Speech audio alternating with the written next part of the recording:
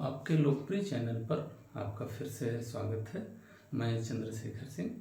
आप लोगों को बसंत पंचमी की हार्दिक शुभकामनाएं।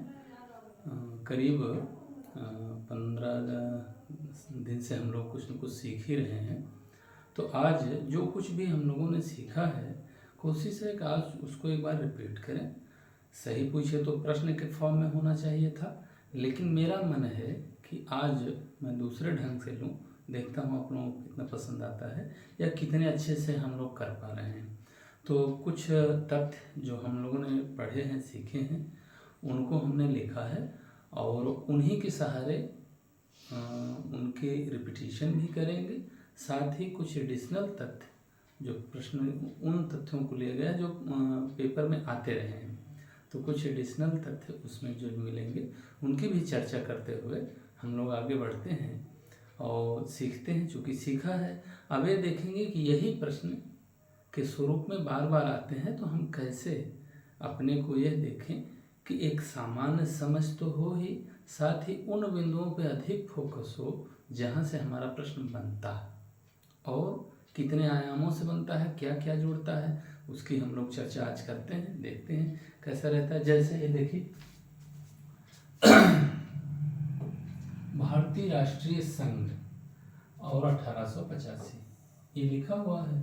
तो ये जो भारतीय राष्ट्रीय कांग्रेस हम लोगों की बनी थी, वो सबसे पहले भारतीय राष्ट्रीय संघ नाम ही उसका था। फिर दादा भाई नौरोजी के सुझाव पर इस संघ के स्थान पर हम लोगों ने कांग्रेस नाम रख लिया। और कांग्रेस जो शब्द है, यह उत्तरी अमेरिका से लिया गया है, जिसका अर्थ होता है लोगों का समूह। ठीक, लोगों का समूह ये होता है, लोगों का समूह ये अर्थ होता है। तो हम लोगों ने सीखा, ये जो भारतीय राष्ट्रीय संघ नाम लिखा, इसमें दिखा, ये बाद में कांग्रेस में बदला। कांग्रेस का अर्थ लोगों का समूह होता है। किसकी सलाह से बदला? तो दादा भाई नौरोजी की सलाह से बदला। चूँकि संघ के बदले कांग्रेस को ज़्यादा अच्छा, ज़्यादा उपयुक्त माना गया, इस वजह से ये लिया गया। कांग्रेस शब्द आया कहाँ से? तो उत्तरी अमेरिका से आया। यह चीज़ हमने जाना। साथ ही 1885 लिखा हुआ है, तो इसी से संबंधित हमने चर्चा करी थी कि हम लोग एडिशनल तथ्य देखेंगे। तो 28 दिसंबर से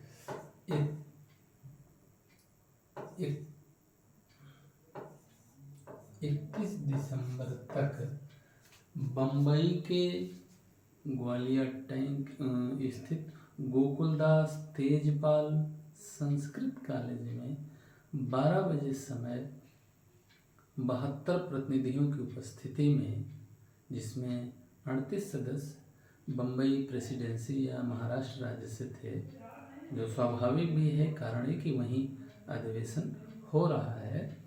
तो इनकी उपस्थिति में हम लोगों ने एक संगठन स्थापित किया और जो संगठन बढ़ते बढ़ते बढ़ते बढ़ते 15 अगस्त में हम अपने इच्छित लक्ष्य यानी स्वतंत्रता को पा सके, इसी संगठन के सहारे। यद्यपि केवल इसी संगठन की वजह से नहीं हुआ, बीच बीच में अन्य धाराएं भी चली हैं, फूटी हैं, जिनकी चर्चा हम आगे करेंगे। आज तो हम सिर्फ प्रश्नों के स्वरूप को देख रहे हैं।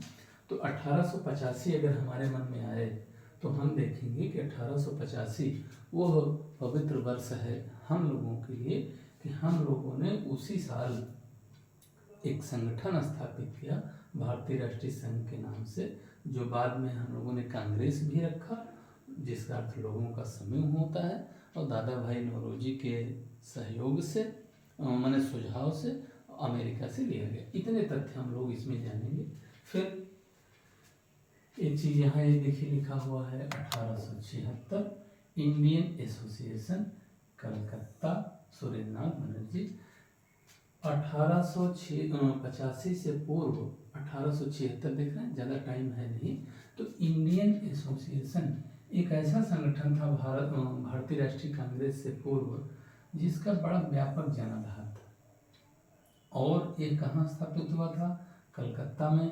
कौन स्थापित किया था? सुरेंद्रनाथ बनर्जी और आनंद मोहन बोस, दो लोगों ने किया था और सन 1876।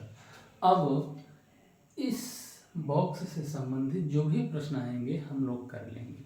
देखिए होता क्या है, जैसे जो प्रश्न के बनाने वाले हैं उन्होंने लिखा इंडियन एसोसिएशन की स्थापना 1876 में स्थापित हुई थी।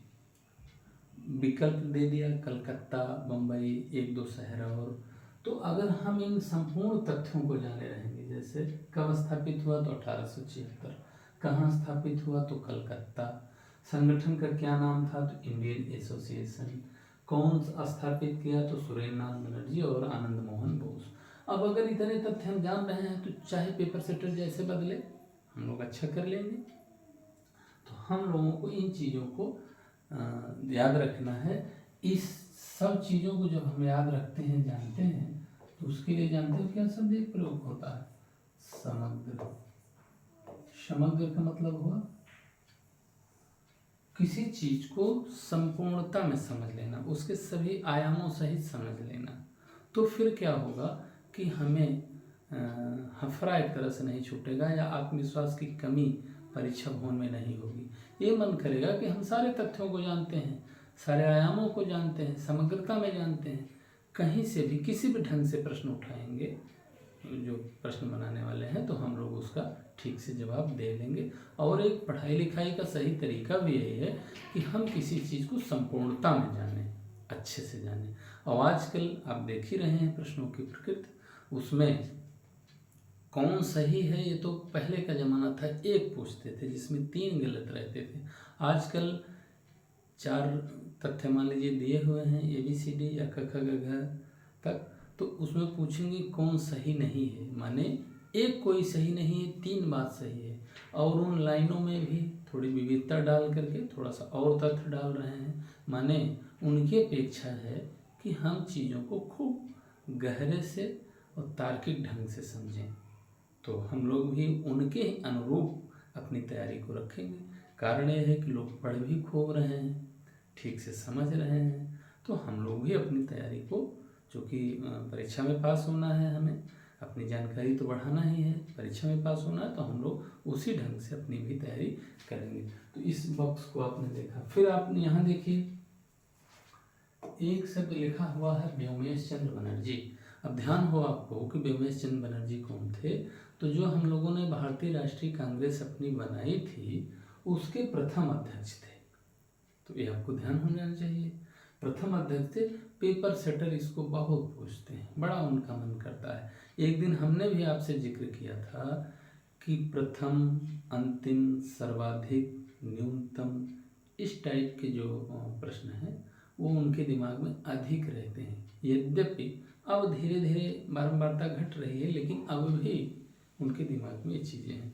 कोई चीज़ बने, उसका कोई प्रथम बना तो एक रुचि का विषय होता ही है कि भाई प्रथम बार कौन था, तो व्योमेश चंद्र बनर्जी हम लोग जाने रहेंगे। और फिर दूसरा तथ्य लिखा हुआ है एओ ह्यूम। एओ ह्यूम कौन है?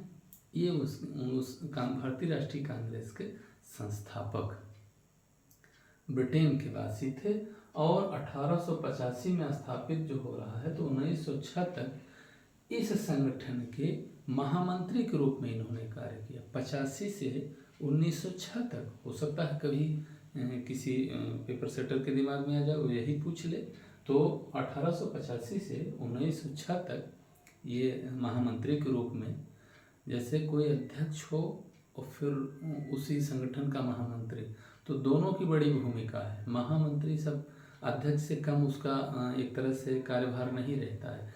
तमाम लिखत पढ़त की चीज़ें, तमाम जरूरत की चीज़ें महामंत्री ही देखता है। अध्यक्ष एक फेस होता है, तो ये लोग क्या हैं, एक तरह से उसकी कुंजी है।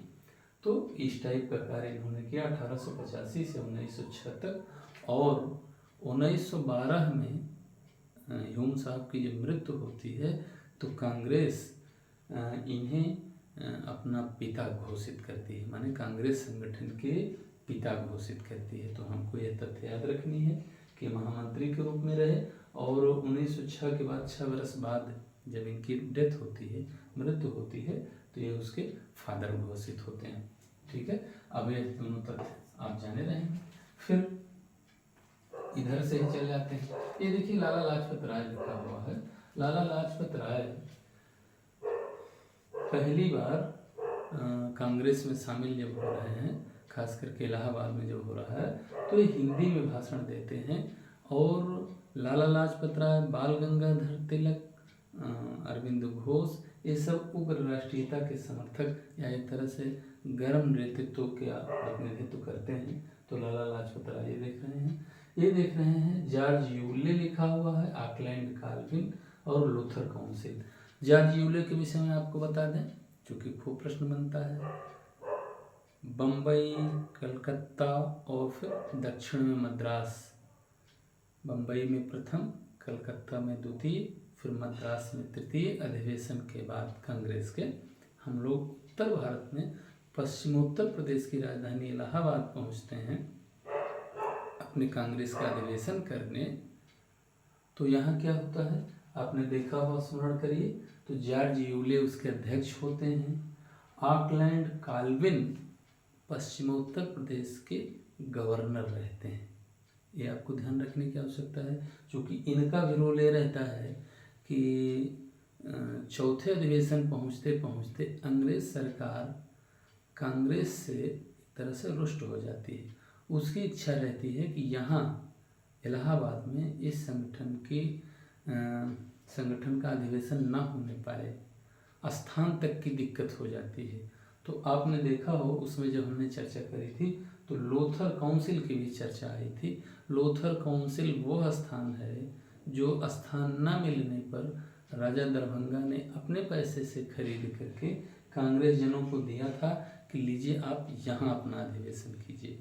ठीक, अब इसी के साथ एडिशनल तथ्य क्या है, जैसे जब यहाँ हम लोग पहुँचे थे मैंने इलाहाबाद अपना अधिवेशन करने, तो वहाँ आपने दो नाम देखे होंगे, शिव प्रसाद सितारे हिंद, सर सैयद अहमद। तो इन दोनों लोगों ने क्या किया था, कांग्रेस का विरोध किया था। जबकि धीरे धीरे आप देख रहे हैं कि हम लोगों के हित के लिए बात हो रही है, हम लोगों के हित से जुड़ी हुई संस्था है। हम लोगों ने ही उस समय के, हम लोगों से तात्पर्य उस समय के लोगों ने, माने भारतीयों ने, उन्होंने ही संगठन स्थापित किया। अब वो हमारी आवाज़ उठा रहे हैं तो हमारे लोगों को तो साथ होना चाहिए। लेकिन इन लोगों ने, सितारे हिंद और ये इन दोनों लोगों ने उस संगठन का विरोध किया। यह मानते हुए शायद इसकी महत्ता को लोग ठीक से समझ नहीं पाए कि कांग्रेस हमारे इलाके में लोगों को जोड़ रही है या बढ़त बना रही है तो मेरा प्रभाव घट जाएगा, ऐसा इनका मानना था जो लोग कांग्रेस का विरोध कर रहे थे। ठीक है, तो ऑकलैंड कार्विन और लोथर काउंसिल हम लोगों को याद हो गया। मान लीजिए किसी भी ढंग का प्रश्न उठे तो हम लोग कर लेंगे।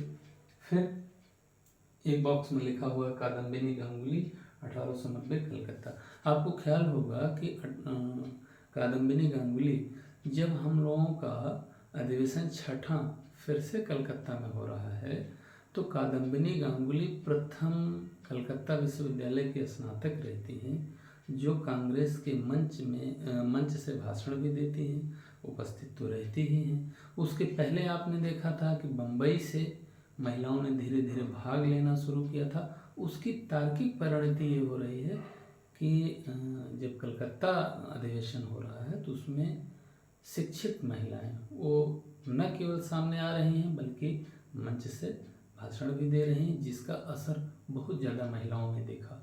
जैसे होता है ना, एक आइकान हो जाता है कि हमारे वर्ग की कोई महिला मंच से भाषण दी तो उससे हमारे समाज की तमाम महिलाओं को प्रेरणा मिली होगी, वो हमसे जुड़ने के लिए तैयार हुई होंगी या अवेयर हुई होंगी कि हाँ इस टाइप का कोई संगठन बना है जो मेरे हित की बात कर रहा है तो हमें भी उससे जुड़ना चाहिए, और इसी बात के लिए सब होता है। तो ये आपको याद हो जाएगा, इससे प्रश्न अक्सर बनते हैं, ये आपको जानना चाहिए। ठीक है, यहाँ एक में लिखा हुआ है बदरुद्दीन तैयब जी। आपने देखा कि प्रथम में व्योमेश चंद्र बनर्जी बने बम्बई में, फिर जब कलकत्ता हम लोग पहुँचे वहाँ दादा भाई नौरोजी बने। तृतीय जब दक्षिण में मद्रास में हमारा कांग्रेस सेशन अधिवेशन बनता है तो उसमें पहली बार एक मुस्लिम को अध्यक्ष बनाया गया, बदरुद्दीन तैयब जी। और कहाँ? मद्रास में। और कहाँ? 1887। यह प्रश्न बनता है कि प्रथम मुस्लिम अध्यक्ष कब बने, तो मद्रास सेशन में 1887 में यहाँ बने। और आपको इसी के साथ एडिशनल तथ्य याद रखने की जरूरत है कि पहली बार यहाँ क्या हुआ, रैयत माने किसान भी मद्रास में ही शामिल हुआ। अभी तक हम लोग क्या कहते थे कि केवल पत्रकार और वकील यानी समाज के उच्च वर्गीय पढ़े लिखे लोग वही कांग्रेस संगठन में शामिल थे। लेकिन तीसरे अधिवेशन आते आते रैयत यानी किसान भी हमारे संगठन में शामिल हुए। इसका क्या परिणाम हुआ? इससे हमने सीखा कि हमारा संगठन धीरे धीरे सामाजिक रूप से विस्तार कर रहा है। हमारे किसान जो उस समय बहुत कम शिक्षित थे एक तरह से, तो वह भी अपने हितों की रक्षार्थ जागरूक होकर के हमारे संगठन में आए। इतने तथ्य हम लोगों ने जान लिए। ठीक है। और इसी के नीचे एक शब्द देखिए लिखा हुआ है 1885 से 1905 का काल। 1885 से 1905 का काल 20 वर्ष का लगभग, ये उदारवादियों का काल माना जाता है, नरमपंथियों का काल माना जाता है। इस समय माना जाता है, जब बाद के लोग इस काल की आलोचना करते हैं तो कहते हैं कि प्रार्थना का काल था, शिष्टमंडल का काल था। ये लोग संवैधानिक उपायों का सहारा लेकर के अपनी बात को रख रहे थे। चूँकि नवजात संगठन था तो जो स्वाभाविक भी था कि अपनी बात ये लोग ऐसे अच्छे ढंग से रखते कि नवजात संगठन हमारा वो अपने कार्यक्रमों को आगे भी बढ़ाता। क्या कार्यक्रम था कि लोग जागरूक हों। पहला तो संगठन का लक्ष्य यही होता है अधिक से अधिक लोग हमसे जुड़ें। जब हमसे जुड़ जाएंगे तो कोई भी सरकार हो वो हमारा कुछ नहीं कर पाएगी। आपने आगे देखा भी। और इन्हीं के दबाव से 1892 का एक एक्ट आया हुआ था जिसमें कुछ रियायतें तो भारतीयों को मिली ही। यद्यपि आलोचना का रहता है पुट कि इन लोगों की ज़्यादा उपलब्धियाँ नहीं है, तो ज़्यादा होनी ही नहीं थी। वो कालखंड ही ऐसा था कि ज़्यादा नहीं होनी थी। और जो लोग उस समय जुड़े हुए थे, ऐसा नहीं है, वो पूरी ईमानदारी से, पूरी निष्ठा से जो उनसे बन सकता था वो कार्य किया। जब बाद के नेताओं ने प्रथम 20 वर्षीय उदारवादी नेताओं की आलोचना करी तो फिरोज शाह मेहता ने कहा कि हमारी असफलताएं ही हमारी उपलब्धियां हैं। कारण उसका ये बताया कि जिस परिस्थिति में हम लोग काम कर रहे हैं वहाँ असफलताएं अभी ज़्यादा ही मिल रही हैं, सफलताएं कम। लेकिन उनका यह दावा था कि हमने राष्ट्रीयता के बीज खूब अच्छे से और गहरे से बो दिया है, अब इसकी फसल उगेगी, बढ़ेगी, आप लोग इसको आगे बढ़ाइए, संवारिए, देखिए। ठीक है। इतनी बातें यहाँ हम लोगों ने सीखा। यहाँ देखिए आप, विलियम वेडरबर्न लिखा हुआ है। ठीक। विलियम वेडरबर्न 5वें बम्बई अधिवेशन के अध्यक्ष रहे। चौथे के भी जॉर्ज यूले अध्यक्ष रहे, तो 5वें के विलियम वेडरबर्न अध्यक्ष रहे। विलियम वेडरबर्न वो व्यक्ति हैं जिन्होंने A.O. ह्यूम, आपको याद हो गया होगा, संस्थापक, उनकी जीवनी इन्होंने लिखी थी। ठीक है। और इन्होंने ही, बल्कि ये तो ये कह रहे हैं कि कांग्रेस की स्थापना A.O. ह्यूम के दिमाग की उपज थी। और इनका ये मानना है, खास करके विलियम वेडरबर्न का, कि ये सेफ्टी वाल्व के रूप में था अंग्रेजों की। जबकि A.O. ह्यूम क्या कह रहे हैं, जो कलकत्ता विश्वविद्यालय के स्नातकों को पत्र उन्होंने लिखा है मर्मस्पर्शी, उसमें उन्होंने लिखा है कि कितने भी बुद्धिमान लोग क्यों न हों, अगर वो बिखरे हुए हैं तो शक्तिहीन हैं, इकट्ठे हो जाएं तो शक्तिपुंज हो जाते हैं। इस टाइप की बातें उन्होंने लिखा है, जिससे यह लग रहा है कि A.O. ह्यूम सच्चे रूप से हम लोगों के शुभचिंतक थे और वो जो है भारतीयों की पीड़ा से, दुख से परेशान थे और इसके लिए उनका हृदय रोता था। भाई ऐसा नहीं है कि अच्छे लोग नहीं हो सकते, और वो यह कार्य उन्होंने किया। ठीक है। तो ये है। दूसरा देखते हैं। ये आपने ये देखा कि एक शब्द लिखा हुआ है इंडियन। ये मासिक पत्रिका है। आपको अगर स्मरण हो तो चौथे अधिवेशन से ही ये तय हुआ था, जो चौथा अधिवेशन माने इलाहाबाद, ये तय हुआ था कि हम लोग ब्रिटेन में भी प्रचार करेंगे अपनी संस्था का, और ब्रिटेन के लोगों को प्रभावित करेंगे कि हमारी मांग उचित है, जायज़ है, न्यायपूर्ण है। तो आप कहाँ मांग करेंगे, किस चीज़ में? तो यही इंडियन नामक एक पत्रिका बनाई गई थी, इंडिया नाम की, जिसमें वो अपनी बात लिखा करते थे। ये भी कई बार प्रश्न बना हुआ है, तो आपको इसको जानना चाहिए, याद करना चाहिए। ठीक, डफरिन, जिस समय कांग्रेस की स्थापना हुई उस समय वायसराय लॉर्ड डफरिन ही थे। जब कांग्रेस थोड़ी थोड़ी बढ़ रही है तो क्या कह रहे हैं कि सूक्ष्म जनसंख्या का प्रतिनिधित्व करने वाली संस्था है, इसको बहुत उसमें नहीं लिए जाना चाहिए, माने हमारे आंदोलन को हल्के में आंक रहे हैं, कह रहे हैं कि तो सूक्ष्म जनता का प्रतिनिधित्व करती है। इनके तथ्यों पर आधारित कई बार प्रश्न बने हैं, तो आपको जानना चाहिए। ठीक है, फिर कर्जन 1900 में कह रहे हैं कि कांग्रेस का महल भरभरा के गिर रहा है या कांग्रेस मर रही है, इसकी मेरी इच्छा है कि इसकी मृत्यु में मैं सहयोग करूं, ऐसा कह रहे हैं। तो यह तथ्य भी बन करके और 4 लोगों का नाम दे दिया जाएगा, जिसमें आपसे पूछा जाएगा कि ये कथन किसका है, तो आपको मार देना है। आज का सेशन ही यही है कि जो हम लोगों ने सीखा है उसको रिपीट करके प्रश्नों के फॉर्म में जब भी आए तो हम लोग कर लें।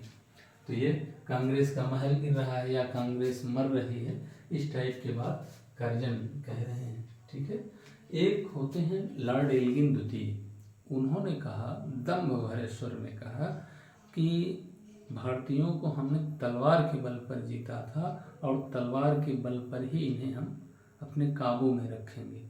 अब आप जरा विरोधाभास देखिए और सीखिए इतिहास के तथ्यों से। एक तरफ कह रहे हैं कि हम आपको सभ्य बनाने आए हैं, आप अंधकार में जी रहे थे, हम आपको प्रकाश की तरफ ले चलने आ रहे हैं। दूसरी तरफ जो मन की बात है वो कभी न कभी मुख पे आ ही जा रही है। तो लॉर्ड एल्गिन द्वितीय क्या कह रहे हैं कि हमने तलवार के बल पर आपको जीता था और तलवार के बल पर ही सुरक्षित रखेंगे।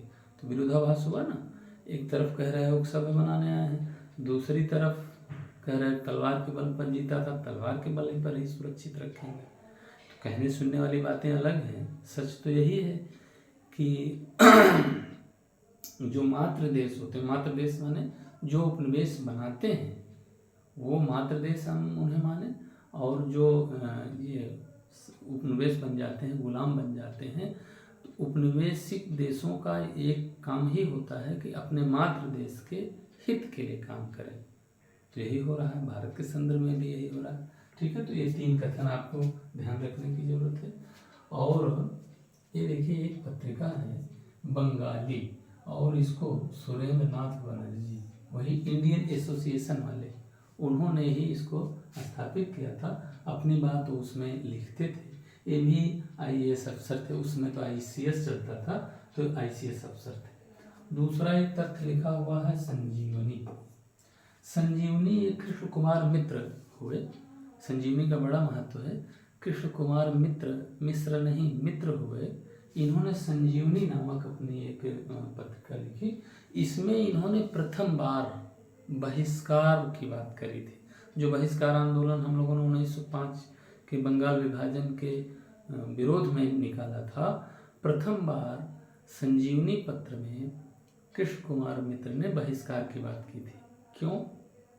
उन्होंने ही यह बीज बोया था कि अंग्रेज जो अपना सामान यहाँ बेच रहे हैं, हम लोग खरीद करके एक तरह से उनके औपनिवेशिक मंशा में सहयोग कर रहे हैं, वो हम लोग न खरीदें तो कोई क्या हमारा क्या कर लेगा, माने उनकी वस्तुओं का हम बहिष्कार करें।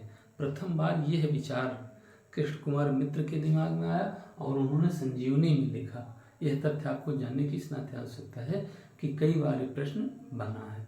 तो एक तथ्य भी हो गया, ये आपको जानना चाहिए। ठीक है, कलकत्ता का टाउन हॉल 7 अगस्त 1905 लिखा हुआ। अब आपका स्मरण होगा कि दिसंबर 1903 में यह घोषणा प्रस्ताव आता है कि बंगाल का विभाजन होगा। 1904 खाली जाता है। 1905 में 19 जुलाई को, जुलाई माह 1905 में यह घोषणा की जाती है कि 16 अक्टूबर से बंगाल विभाजन प्रभावी हो जाएगा। तो हम लोगों ने क्या किया था, इसी प्रसिद्ध कलकत्ता के टाउन हॉल में 7 अगस्त 1905 को अपना आंदोलन शुरुआत करी, स्वदेशी आंदोलन की और बहिष्कार आंदोलन की। तो कलकत्ता का टाउन हॉल 7 अगस्त 1905, ये आपको फिर से स्मरण हो गया होगा। आपने यहाँ देखा कि एक अरुणडेल कमेटी लिखी हुई है। तो ये अरुणडेल कमेटी क्या हुई, जब 1905 का बंगाल विभाजन हुआ तो स्वदेशी आंदोलन, बहिष्कार आंदोलन से लेकर के तमाम तरीकों से हम लोगों ने बंगाल विभाजन का विरोध किया। आपके विरोध या हम लोगों के विरोध का असर हुआ कि अंग्रेज जैसी सरकार, उसने अरुणडेल के नेतृत्व में एक कमेटी बनाई और इस कमेटी ने निश्चित किया, अपनी वो दी शर्तें दी, एक तरह से प्रस्ताव दिया कि बंगाल का विभाजन रद्द किया जाए, इसको पुनः संयुक्त कर दिया जाए। तो 1911 में बंगाल का विभाजन रद्द होता है और कलकत्ता से राजधानी अब नई दिल्ली हो जाती है। तो अरुणडेल कमेटी आपको याद रहेगी, ठीक है। फिर इसमें आप देखिए 1896 और 1905 में 2 घटनाएं हो रही हैं। 1896 में अफ्रीका महाद्वीप का उत्तर में बसा एक देश इथोपिया, फिर उसके उत्तर में भूमध्य सागर और उसके उत्तर में इटली। इथोपिया ने इटली को हरा दिया। इथोपिया जैसा छोटा सा देश इटली को हरा दिया, जो यूरोपीय अपने को अजेय और श्रेष्ठ मानते थे और एक तरह से एशियाई और अफ्रीकी लोगों को हबसी, नीग्रो, सुअर और क्या क्या शब्द प्रयोग किया करते थे, एक तरह से हीनजनक शब्द। और जब इन्होंने हराया, इथोपिया के लोगों ने इटली को, ये देखिए हराया, तो इससे एशियाइयों पर और अफ्रीकियों पर मन मस्तिष्क पे बड़ा अच्छा असर पड़ा कि जब ये हरा सकते हैं तो हम क्यों नहीं। एक ऊर्जा का संचार हुआ, मनोबल बढ़ा। फिर 1905 में देखिए घटना हो रही है कि जापान जैसा छोटा सा देश, जो 4 द्वीपों का देश है, एक तरह से रूस जैसे बड़े देश को पराजित कर रहा है। तो उससे हम लोगों का मन और बढ़ा, एशियाइयों का। हम लोगों ने उससे सीखा भी कि जो छोटे छोटे देश एक काम कर सकते हैं, जो अपने को अजेय बने घूम रहे हैं, उनको हरा सकते हैं, तो हम क्यों नहीं। हमारा मनोबल बढ़ता है। आप जानते हैं कि मन के हारे हार, मन के जीते जीत। तो ये हम घटना हम ध्यान रखेंगे। एक तो ये सन ध्यान रखेंगे, क्योंकि आपको हमने बताया है कि इतिहास में सन का भी महत्व है और स्थान का भी महत्व है। तो ये चीज़ें हम लोग ध्यान कर लेंगे, ठीक। यहाँ देखिए आप एक शब्द लिखा हुआ है, सूरत अधिवेशन 1907, ठीक। आपने देखा है कि सूरत अधिवेशन में नरम दल और गरम दल दोनों लोग विभाजित हो गए। किस विषय पर? स्वदेशी और बहिष्कार आंदोलन के चलाने के तरीकों को लेकर विभाजित हो गए।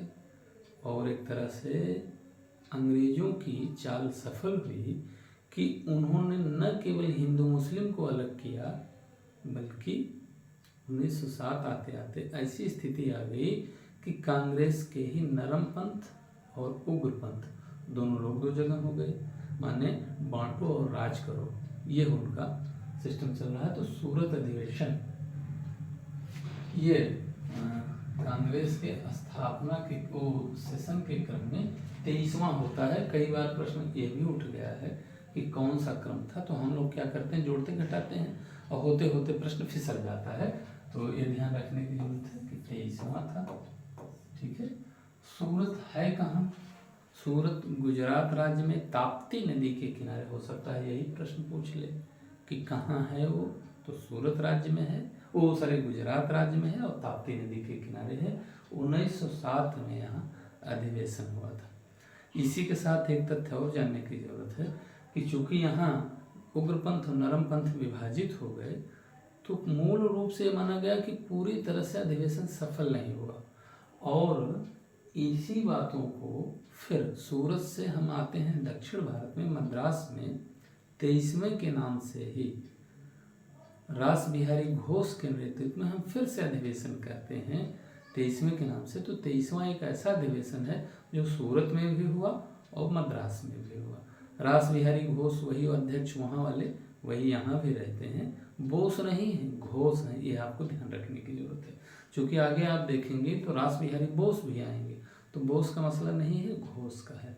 ठीक है, ये देखेंगे। और ये भी आप देख जानिए कि सूरत अधिवेशन से फिर मद्रास के होता 1908 में है, दोनों को 23वां मान रहे हैं। इसी के बीच इलाहाबाद में एक सम्मेलन होता है, कांग्रेस करती है। उसमें यह होता है कि कांग्रेस में कैसे कांग्रेस चलेगी, चूँकि विभाजन हुआ है तो आप मंथन हुआ होगा कि किनको लिया जाए किनको न लिया जाए, कैसे क्या है। एक नियमावली इन लोगों ने इलाहाबाद में तैयार की, उसके आधार पर कहा कि हम आगे बढ़ेंगे। लेकिन इसमें सूरत अधिवेशन के बाद और मद्रास में भी यह तय किया इन लोगों ने कि हम लोगों की रीति नीति उग्रपंथियों से ठीक से भेंट नहीं कर रहे, तो उग्रपंथियों को हम लोग बाहर करेंगे, उग्रपंथियों को अपने साथ नहीं रखेंगे। जबकि उनके इरादे नेक थे, बिल्कुल उनका ये मानना था कि 20 वर्ष के संघर्ष में, आंदोलन में हम लोगों ने ज़्यादा कुछ पाया नहीं, और परिस्थितियाँ वो बता रही थी कि हमको और संघर्ष की ज़रूरत है। आपने देखा है कि कांग्रेस की उपलब्धियों से असंतोष था, आर्थिक स्थिति से असंतोष था। कारण यह है कि आपने अकाल देखे थे, आपने प्लेग जैसी महामारी देखी थी, और तमाम दिक्कतें थी, तो जिनकी वजह से जो उग्रपंथ के लोग थे, खासतौर पर बाल गंगाधर तिलक हैं, लाला लाजपत राय हैं, अरविंद घोष हैं, इन लोगों का यह सोचना था कि हमको और आगे बढ़ना चाहिए। ठीक है, तो यह आपने देख लिया। फिर आप देखिए यहाँ इस बॉक्स में है 1911। 1911 से अक्सर प्रश्न बनता है कि 1911 वो वर्ष है जब राजधानी परिवर्तन तो हो ही रहा है। इन्हीं की उपस्थिति में हार्डिंग सेकंड एक तरह से घोषणा करते हैं कि अब कलकत्ता के बजाय दिल्ली राजधानी रहेगी और बंगाल का विभाजन रद्द किया जाता है। ये प्रश्न बनता है। और उस समय जो वहाँ के राजा हैं ब्रिटेन के, जॉर्ज पंचम, वो यहाँ आते हैं। दिल्ली दरबार इसे शब्द नाम दिया गया है। और उस समय हार्डिंग सेकंड यहाँ वायसराय रहते हैं। तो इससे संबंधित अगर प्रश्न किसी भी रूप में बना, दिल्ली दरबार कब हुआ, किस सन में हुआ, तो 1911, और उसमें राजा कौन थे, तो राजाओं के 2-3 नाम दे देंगे, और उसमें एक जॉर्ज पंचम भी रहेगा। 4 नाम देते हैं आमतौर पर, तो हम लोग एकदम बिल्कुल पकड़े रहेंगे खूंटा गाड़ के, जॉर्ज पंचम थे तो मार देंगे।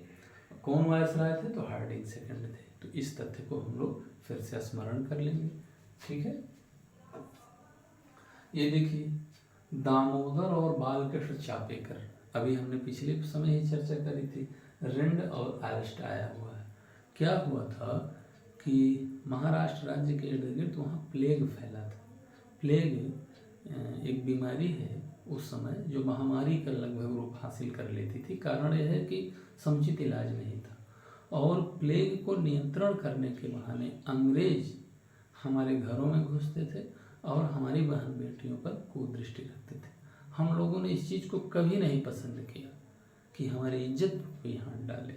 तो जब ऐसा वो लोग किए, ज्यादती किए, तो रिंड और अरेस्ट उसमें के प्लेग कमिश्नर हुआ करते थे, दामोदर और बालकृष्ण, इन लोगों ने हत्या कर दी। तो ये प्रश्न बनता है, तो हम लोग इनको भी, दोनों लोगों को याद रखेंगे कि जब भी कभी हमारी बहन बेटियों पे आँच आई या कोई उनके साथ ज्यादती करने की कोशिश की, तो चाहे वो अंग्रेज ही रहे हों जो हर तरह के संसाधन से उससे लैस थे, तो हम लोगों ने उनको मारने में संकोच नहीं किया। इसमें ये भी देखने को मिलता है। ठीक है, इसमें तो शायद सब हो गया, ये भी हो गया था, ये भी हो गया था। देखते हैं आगे। ये देखिए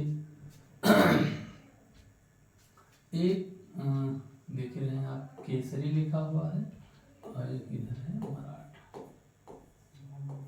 ये 2 पत्र जो हैं, केसरी और मराठा, ये बाल गंगाधर तिलक के हैं।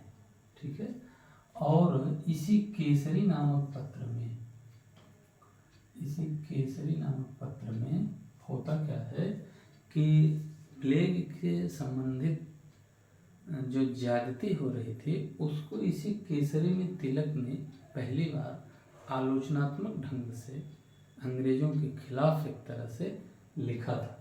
तो अंग्रेज कहाँ इस बात को मानने वाले, तो वो क्रुद्ध हुए और क्रुद्ध होकर के तिलक को ये 18 महीने की जेल इसी बात के लिए हो गई थी कि आपने ये चीज लिखा कैसे।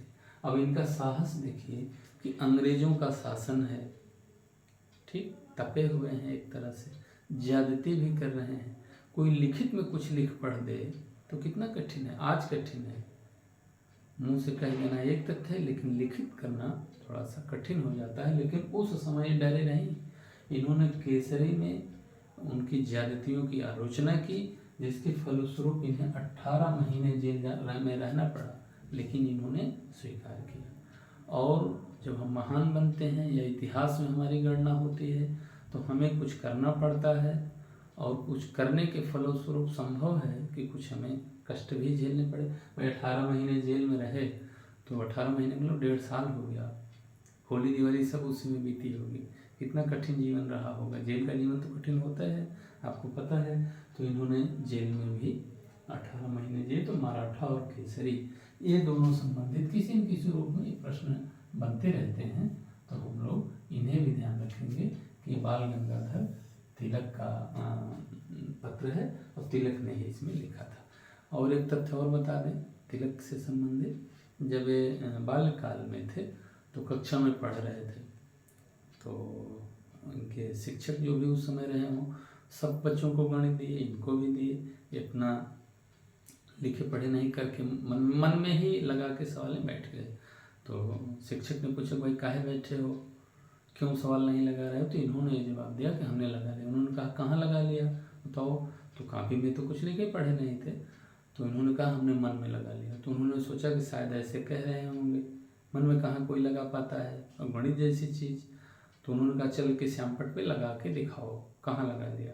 तो इन्होंने श्यामपट्ट पर न केवल लगा दिया बल्कि उसको 2 तरह से 3 तरह से लगा के दिखा दिया। माने ऐसे प्रतिभावान हमारे बाल गंगाधर तिलक जी थे, ठीक है। तो मराठा और केसरी 18 महीने की जेल, यह आप ध्यान रखेंगे। यहाँ आइए 1905 और 1906 आप ये देखेंगे कि 1905 में बनारस में अधिवेशन हो रहा है गोपाल कृष्ण गोखले के नेतृत्व में, और चूँकि यहीं 1905 में ही आपने देखा बंगाल का विभाजन भी हो रहा है। और ये आप देखेंगे कि ये दिसंबर में ही तो अधिवेशन होता है, और आपने ये भी देखा कि जुलाई में घोषणा हो रही है, 16 अक्टूबर को प्रभावी होना है बंगाल के विभाजन को। 7 अगस्त से हम लोगों ने विरोध शुरू भी कर दिया है कलकत्ता के टाउन हॉल से। तो यहाँ दबाव था कि कांग्रेस भी इस बात को स्वीकार करे अपने मंच से कि स्वदेशी और बहिष्कार होना चाहिए। तो इस बात में बनारस सेशन का महत्व है कि स्वदेशी और बहिष्कार इस मंच इस बात को यहीं बनारस में स्वीकार किया गया। माने आपके आंदोलन आपकी बात को कांग्रेस संगठन मानने को मजबूर हुई। तो यह चीज़। दूसरी चीज़ ये 1906 में दिसंबर 1906 में जब ये अधिवेशन हुआ है तो प्रथम बार 1906 के जो अध्यक्ष रहे हैं वो दादा भाई नौरोजी रहे। दादा भाई नौरोजी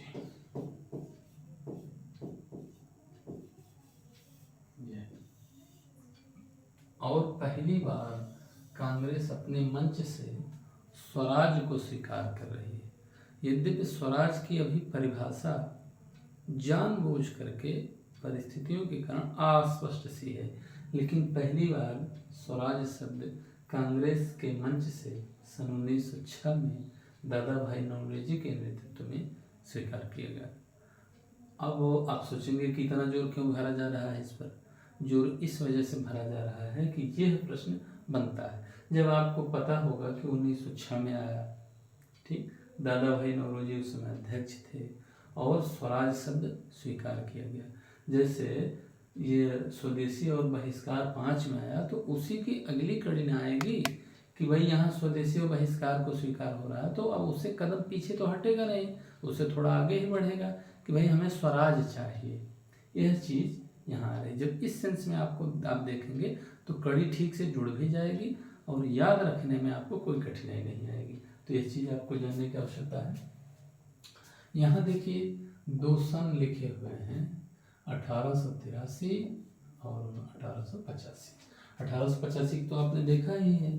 फिर आपने ये देखा कि इंडियन एसोसिएशन की स्थापना सुरेंद्र नाथ बनर्जी आनंद मोहन बोस ने 1876 में कलकत्ता में की थी। यह इस सेंस में महत्वपूर्ण संस्था है कि कांग्रेस के पूर्व यह संस्था व्यापक जनाधार वाली थी, ठीक। और 1883 में नेशनल कॉन्फ्रेंस प्रथम और 1885 में नेशनल कॉन्फ्रेंस द्वितीय की माने आयोजन सुरेंद्र नाथ बनर्जी ने किया था। तो ये होता है कि जब 85 में कांग्रेस की स्थापना हो रही थी तो इसी वजह से सुरेंद्र नाथ बनर्जी कांग्रेस की स्थापना में शामिल नहीं हो पाए थे।